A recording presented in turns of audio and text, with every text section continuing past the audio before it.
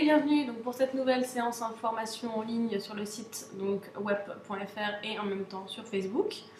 Donc récemment en séance info en ligne, on avait traité des programmes scolaires, donc programmes destinés plus aux 15-19 ans, leur permettant de passer un trimestre, un semestre ou une année à l'étranger en immersion en lycée.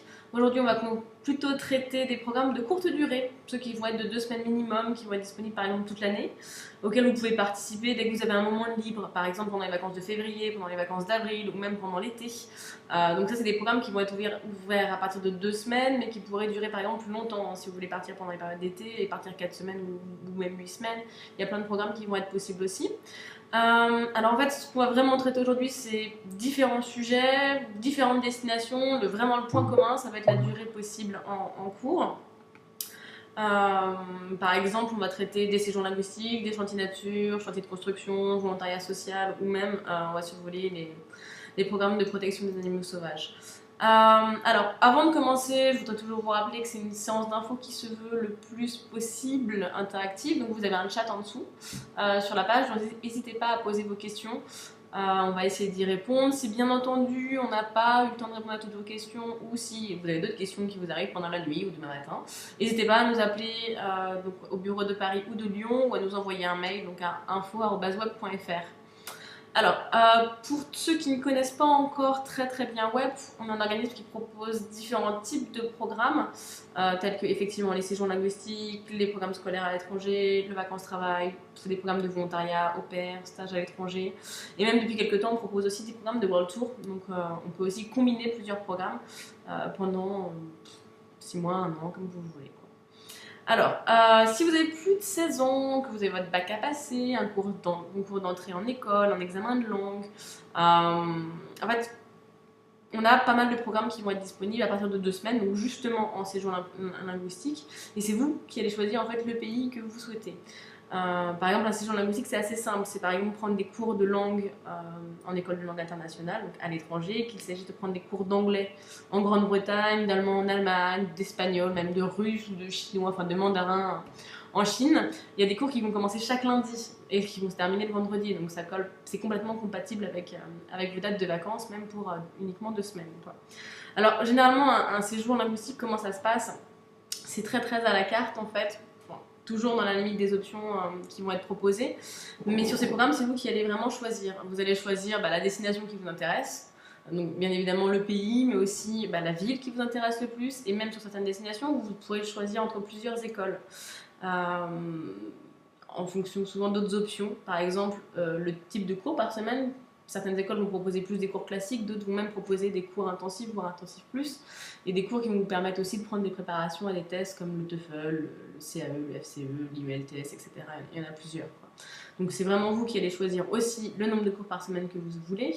Par contre, il va falloir faire attention à certaines destinations comme les États-Unis. Si vous prenez trop grand nombre de cours par semaine, il faudra faire une demande de visa. Donc si vous voulez partir que 2 semaines, faire une demande de visa pour les États-Unis pour 2 semaines, c'est pas forcément valable. Donc sinon, après vous allez choisir aussi votre hébergement, que vous ayez choisi de prendre un hébergement en chambre individuelle, en chambre double, chez l'habitant avec le petit déjeuner, en demi-pension, en pension complète, etc. C'est vraiment vous qui allez voir, sachant que si vous avez 18 ans, enfin plus de 18 ans, vous pouvez opter aussi pour la solution en résidence. En résidence, en général, par contre, vous n'aurez pas les repas d'inclus. Vous pouvez aussi choisir de réserver des cours sans hébergement. Donc si vous avez des amis, de la famille, ou même si simplement vous préférez vous occuper vous-même de votre hébergement dans le pays.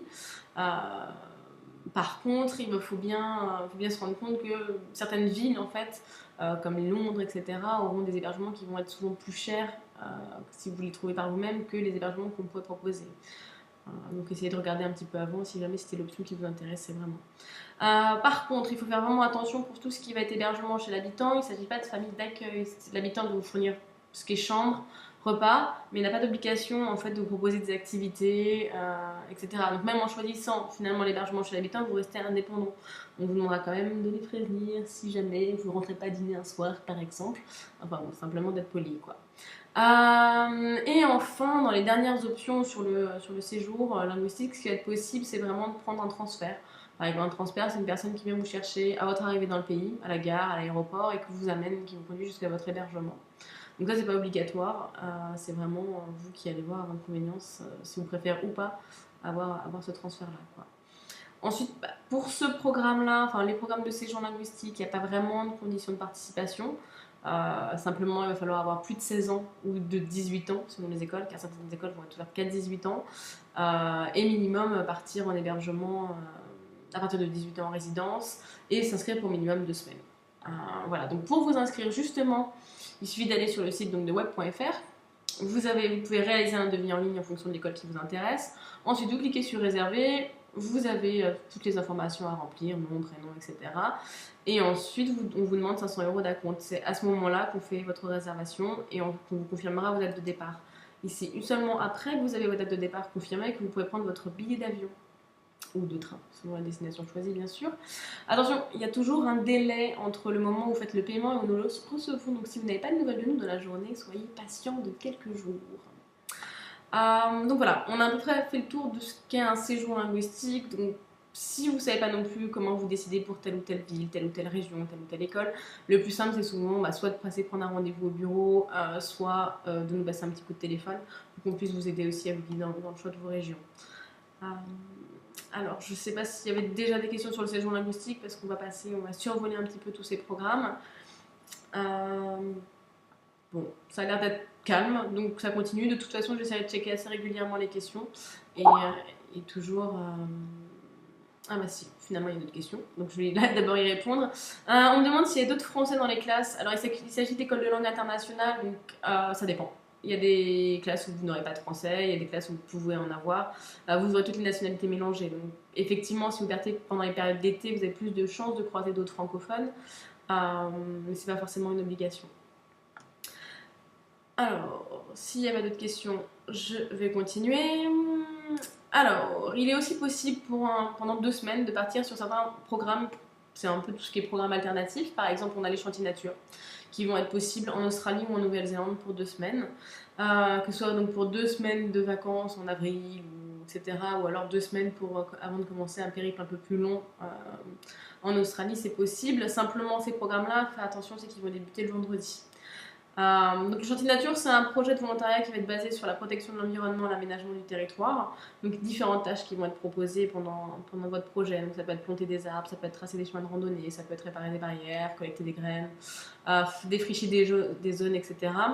Les projets changent très très régulièrement en fait. Lorsqu'un projet se termine, on en débute un autre. Donc on ne choisit pas du tout le projet qu'on va effectuer. Dans ces projets, on rejoint justement un groupe de volontaires internationaux. C'est pour ça aussi qu'on va vous demander sur ces projets-là d'avoir au moins de bonnes notions d'anglais pour pouvoir suivre le programme et communiquer sur place aussi avec les autres volontaires. L'avantage qu'on a aussi en chantier nature, c'est que vous allez avoir des jours de volontariat où vous allez être sur vos projets et aussi des jours de repos qui vous permettent d'explorer la région, les environs pendant le week-end, par exemple. Donc, il y a plein de choses à faire en Australie, en Nouvelle-Zélande, tout ce qui est sport extrême, randonnée, etc. Vous avez les grandes barrières de corail, vous avez vraiment plein de choses à aller voir.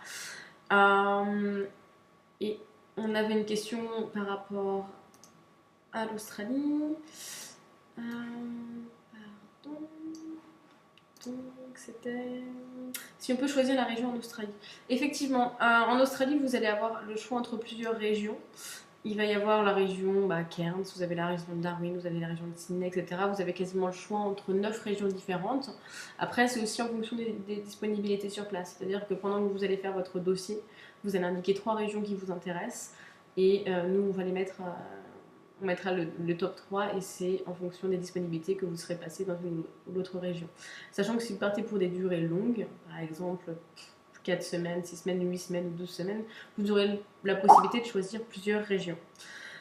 Ensuite, on me demande également s'il y a beaucoup de volontaires dans le groupe. En général, vous êtes environ 8 à peu près, une petite dizaine. Quoi. Vous n'allez pas être... vous n'êtes pas non plus 25. Quoi. Vous avez des projets où vous pouvez être 13 par exemple, mais ce ne sera pas tout le temps le cas. Également, dans ces programmes, par contre, on n'a pas parlé de tout ce qui est hébergement. Enfin, les hébergements vont différer en fonction de la période à laquelle vous allez partir et aussi du projet sur lequel vous allez être, sachant que les problèmes, n'importe quoi, les projets, en fait, les saisons sur l'Australie et la Nouvelle-Zélande sont inversées avec les nôtres. C'est-à-dire que pendant l'été en Australie, c'est l'hiver en France et vice-versa, quoi. Alors, j'ai encore d'autres questions. Apparemment, le chantier nature en Australie et en Nouvelle-Zélande a plein de questions, donc autant en profiter. Donc, est-ce qu'il y a beaucoup de volontaires dans le groupe? Ça, j'ai déjà répondu. Y a-t-il besoin d'une carte verte? Une carte verte pour aller en Australie? Non, en fait, sur le chantier nature en Australie, soit vous partez avec un visa touristique, donc, enfin, oui, un visa touriste, euh, et dans ces cas-là, vous pouvez rester jusqu'à 90 jours sur place et ensuite vous rentrez en France, soit si vous voulez partir avec le vacances-travail en Australie pour faire 2 semaines par exemple de chantier nature ou plus, et ensuite enchaîner avec un visa vacances-travail sur place, quoi. Mais il n'y a pas de carte verte, en fait. Les cartes vertes, normalement, c'est plutôt pour les USA. Voilà. Je ne sais pas s'il y a d'autres questions par rapport à ça. Voilà, sinon un détail aussi dans ce programme-là, donc le chantier nature plutôt sur l'Australie et la Nouvelle-Zélande, c'est qu'il n'y a pas de transfert d'inclus à l'arrivée à l'aéroport, c'est-à-dire que ce sera à vous de vous rendre directement au bureau du partenaire sur place, en fait, pour le début de l'orientation. Mais les bureaux des partenaires sont en ville, donc il y a des transports en commun, ne vous inquiétez pas pour ça. Voilà. Alors après, si vous êtes plus attiré par les animaux, donc tout ce qui va être protection d'animaux sauvages, on peut proposer ce programme-là en Zambie ou en Chine, donc pour des durées courtes. Ça va être les seuls programmes disponibles en fait. Simplement en fait, en Zambie, il s'agit plus de s'atteler à la protection en fait des lions, notamment sauvegarde de l'environnement, les réhabilitations des lionceaux, participer à des projets d'éducation locaux pour éveiller les communautés locales sur tout ce qui est importance de l'environnement. En Chine, on est plus sur la protection des pandas, enfin on est plus complètement sur la protection des pandas, sur leur environnement aussi. Tout ça, c'est dans le cadre d'un centre qui est près de Chengdu. Les tâches des volontaires sur place, ça va être principalement tourné vers la préparation de la nourriture, tout ce qui est nettoyage de l'enclos, etc., quoi. Par contre, en choisissant ces programmes, il faut vraiment pas oublier que ça reste quand même des animaux sauvages, quoi. Ce sont pas d'énormes peluches, on va pas aller les caresser. En général, justement, sur ces programmes-là, il faut au maximum limiter les contacts avec les hommes pour pas influencer tout ce qui est comportement et autres, quoi. Un autre détail très important, toujours sur ce programme-là, c'est que il est très complet, très régulièrement complet.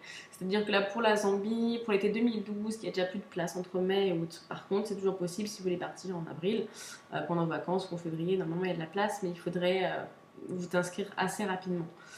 Alors ensuite, vous avez donc le choix de progresser en langue via les séjours linguistiques, de protéger l'environnement, les animaux, etc. Mais en 2 semaines, vous pouvez aussi participer à un programme de volontariat social, donc en Afrique par exemple. Des programmes courts sont possibles en Afrique du Sud, au Mozambique, en Tanzanie, en Zambie et même au Kenya.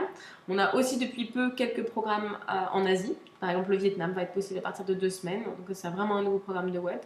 L'Inde, dans la région de Kerala, qui va être aussi proposé à partir de 2 semaines, qui est aussi un nouveau programme de web, puisqu'avant nous avions l'Inde, mais dans la région de Bangalore. Donc ça, c'est des projets qui vont être aussi différents en fonction de la destination. Par exemple, en Inde, on va avoir des projets principalement concernant l'éducation, l'enseignement, le volontariat, en orphelinat. Sur le Vietnam, on va avoir plutôt on a 2 projets, un qui se déroule dans un hôpital pour enfants et l'autre en fait, dans une maison de jeunes à Hanoï.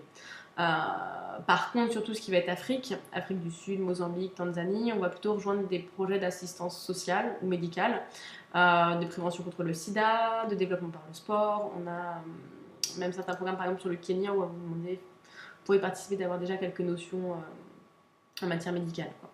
Et sur ces programmes-là, la plupart du temps, vous allez être hébergé en maison des volontaires, donc en chambre partagée. Alors, on a l'air d'avoir une question. Faut-il avoir une expérience ou qualification? Pour la plupart des programmes, non. Justement, l'avantage, c'est que sur place, on va vous expliquer ce qu'il y a à faire, etc. Vous êtes aussi rejoindre des organisations déjà sur place, donc on ne vous demande pas de qualification particulière, à part déjà des bonnes notions en langue, puisqu'il faut pouvoir comprendre et communiquer sur place. Simplement, effectivement, au Kenya, ils vous demandent d'avoir déjà des notions dans le médical. Maintenant, il y a d'autres projets qui sont possibles, mais si vous voulez travailler dans tout ce qui est assistance médicale, centres médicaux, etc., il faut déjà avoir une petite expérience. Mais c'est pas la plupart du temps le cas sur les autres destinations. Donc, ce que je disais, c'est que sur ces projets-là, vous êtes la plupart du temps hébergé en maison des volontaires, donc en chambre partagée. Est-ce qu'il y a d'autres questions sur le volontariat social, le chantier nature, la protection d'animaux sauvages, avant que je passe à la suite?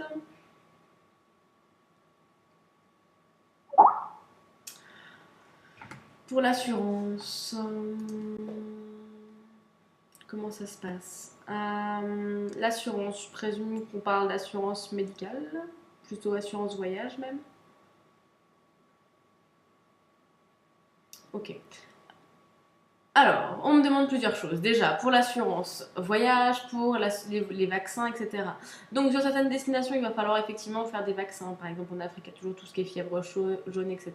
Il peut même y avoir enfin, tout ce qui est classique, hépatite et autres. Mais pour tous ces programmes-là, de toute façon, quand vous devez partir à l'étranger, il est conseillé d'aller voir un médecin spécialisé dans le voyage, tout ce qui est médecine du voyage. Donc, ça peut être le Centre Air France, ça peut être l'Institut Pasteur, ça peut être un centre de voyage d'un hôpital par exemple, puisque c'est eux qui peuvent vous dire exactement quel vaccin vous devez faire ou pas, ce sont les meilleurs conseillers. Ensuite, pour tout ce qui va être assurance, il est obligatoire, enfin fortement conseillé d'avoir une assurance voyage à l'étranger, même pour 2 semaines. Alors vous avez des assurances en France qui peuvent vous couvrir à l'étranger, mais alors vérifiez bien le tout avant de partir. Si jamais vous n'avez pas d'assurance qui vous couvre, nous, Web, on propose différentes assurances. Vous avez une assurance de base ou une assurance étendue. Donc l'assurance de base, elle va être à 25 € par mois, alors que l'assurance étendue est à 39 € par mois. Globalement, ce sont des assurances qui vont couvrir les mêmes postes, tout ce qui est frais médicaux, frais dentaires, rapatriement, responsabilité civile, perte de bagages, etc. Simplement, ce ne sera pas avec les mêmes montants ni la même franchise en fait. Donc, par contre, les descriptifs complets des assurances peuvent être téléchargés en fait sur le site de Web. Tout en bas de n'importe quelle page, vous avez un onglet qui est conditions générales de vente et assurance, et dessus vous pouvez avoir le descriptif complet. Ensuite, on me demande si en 2 semaines on a le temps de faire des choses intéressantes en volontariat. Tout dépend du projet de volontariat. Justement, j'allais vous parler du projet de volontariat par la suite, qui est tout ce qui est chantier de construction au Guatemala, donc en pays hispanophone, puisqu'on est de faire tous les pays anglophones. Vous pouvez passer 2 semaines sur place, et là, dans ce programme-là, vous aidez justement à la construction d'une maison pour une famille défavorisée. Et sachant qu'en général, la construction d'une maison en entière prend 2 semaines. Donc là, vous avez vraiment le temps de faire une maison en 2 semaines, donc c'est déjà pas mal. Ensuite, sur les projets de volontariat social, de toute façon, c'est beaucoup plus complexe puisque c'est difficilement quantifiable en fait. Donc après, ça dépend de vous, ça dépend du projet sur lequel vous allez être et de votre engagement dès le début, s'il vous faut plus de temps pour vous adapter ou pas, quoi. Donc ce qu'on demande, c'est qu'en Inde et au Vietnam, qu'est-ce qu'on fait? Ça dépend du projet en fait. Vous allez rejoindre des équipes de volontaires en fait dans des soit par exemple au Vietnam c'est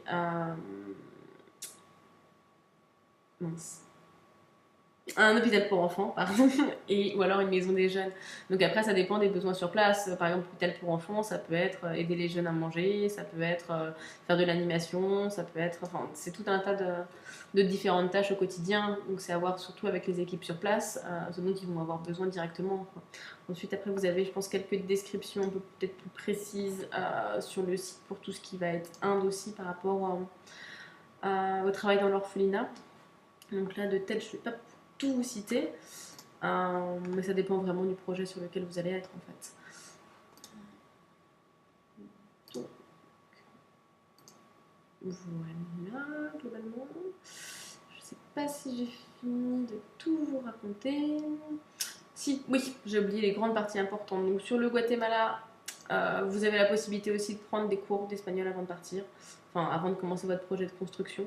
Donc par exemple, si vous voulez partir pour plus de 2 semaines, prendre 4 semaines de cours d'espagnol, puis après faire un projet de construction pendant 2 semaines ou 4 semaines, c'est possible. Et sur ce projet-là, vous êtes logé chez l'habitant en chambre individuelle et en pension complète, sauf le dimanche. Ça, c'est la petite particularité.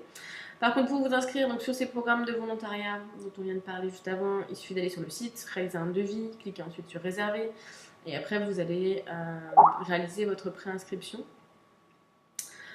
Sur ces programmes-là, on vous demande également 65 € d'acompte. Ensuite, on vous fait parvenir un dossier à compléter. Et ensuite, vous avez un entretien à passer. Donc, c'est motivation au niveau de langue. Et si vous êtes accepté à l'entretien, dans ces cas-là, nous mettrons en place en fait le départ. Donc, je viens de regarder. Il me reste encore des questions, donc je vais en profiter puisque ça va être le moment de toutes les questions.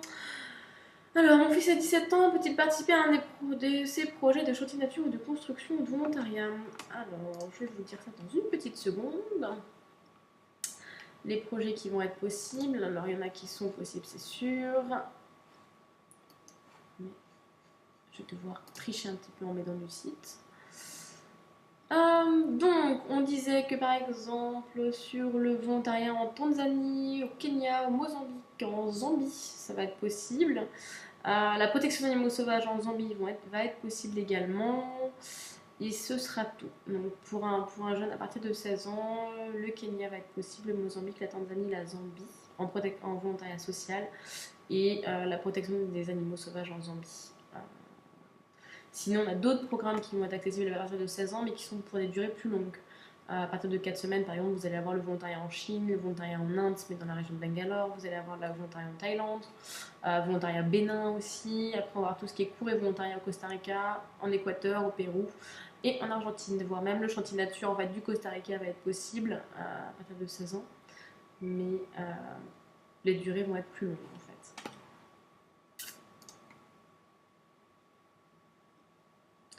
Alors, une autre question qui va arriver apparemment. Alors, combien de temps avant le départ faut-il s'inscrire? Ça va dépendre des programmes. Par exemple, le programme de protection d'animaux sauvages en Zambie est déjà complet jusqu'à pendant tous les mois d'été. Donc, si c'est une date qui vous intéresse, presque il faudra penser à s'inscrire vraiment très très longtemps à l'avance l'année prochaine. Sinon, pour tous les programmes de volontariat, on va dire plus classiques, quand on a de la disponibilité, il faut quand même s'y prendre au moins 2 mois à l'avance. Sachant que si vous avez des démarches de vaccins à faire, des démarches de visa, dès que vous avez vos dates de vacances, inscrivez-vous. Comme ça, après, vous êtes tranquille, vous allez être sûr d'avoir de la disponibilité, d'avoir le temps de faire toutes vos démarches administratives. Alors ensuite, pour mon fils de 17 ans, y a-t-il un suivi sur place? En fait, ça reste à l'origine des programmes de volontariat en fait, qui étaient plutôt destinés à des adultes. Donc le suivi va dépendre du programme. C'est-à-dire qu'il y a un partenaire sur place qui va être là pour faire le suivi s'il y a un problème, etc. Mais ça reste aussi aux jeunes de se gérer. C'est-à-dire qu'il va rejoindre son projet, il est là pour, par exemple, ça va être aider sur un projet de volontariat social dans un orphelinat. Il va être là pour donner de l'attention aux autres, pas forcément pour enfin, je sais pas, je vais dire prendre le temps des autres personnes, mais il faut qu'il soit aussi capable de partir à l'étranger, capable de se gérer, d'être plein de propositions pour participer à son projet. Maintenant, s'il a un souci sur place, il y a le partenaire effectivement, il peut également contacter Web, il n'y a pas de problème, il aura tout le soutien qu'il lui faut. Simplement, tous les jeunes ne peuvent pas partir, c'est pour ça qu'aussi il y a un entretien qui va être déterminant au moment de la sélection. Voilà, ensuite, sera-t-il en milieu sûr? Effectivement, selon les destinations choisies, il y a des pays qui vont être plus ou moins sûrs, on va dire, et si ils respectent les conditions de sécurité, les conditions qu'on va lui donner sur place, il n'y aura pas de problème. Alors, s'il n'y a pas d'autres questions, ok, pas de problème. Alors, donc, j'avais oublié entre-temps de vous montrer quelques photos. C'est dommage. Je vais vous les montrer comme ça rapidement. Donc, en fait, on a sorti quelques petites photos sur principalement le chantier nature et les protections des animaux sauvages. Donc, si entre-temps vous avez une question qui vient, je vous les montre rapidement. Et donc, j'espère entre-temps avoir répondu à toutes vos questions. Donc, si vous avez d'autres questions qui viennent, n'hésitez pas à nous contacter ou à nous envoyer un mail, toujours à info@web.fr, ou à nous passer un petit coup de téléphone demain. Également, dès demain, vous pourrez nous retrouver, cette fois-ci en chair et en os, à Chambéry, donc à partir de 14h, au bureau information jeunesse, pour une séance d'information. Et samedi matin, le bureau de Lyon également sera ouvert pour répondre à vos questions. Sinon, vous pouvez retrouver toutes nos séances d'information, qu'elles soient en ligne ou alors même tout ce qui va être rendez-vous individuel à prendre, qui vont être annoncés sur notre site internet, donc dans la rubrique séance info. Alors, n'oubliez pas d'aller les consulter de temps en temps. Puisqu'il n'y a pas l'air d'avoir d'autres questions, je vous souhaite à tous et à toutes une agréable soirée et profitez bien de la nuit pour réfléchir à tout ça et peut-être à demain ou un autre jour par mail ou au téléphone. Bonne soirée!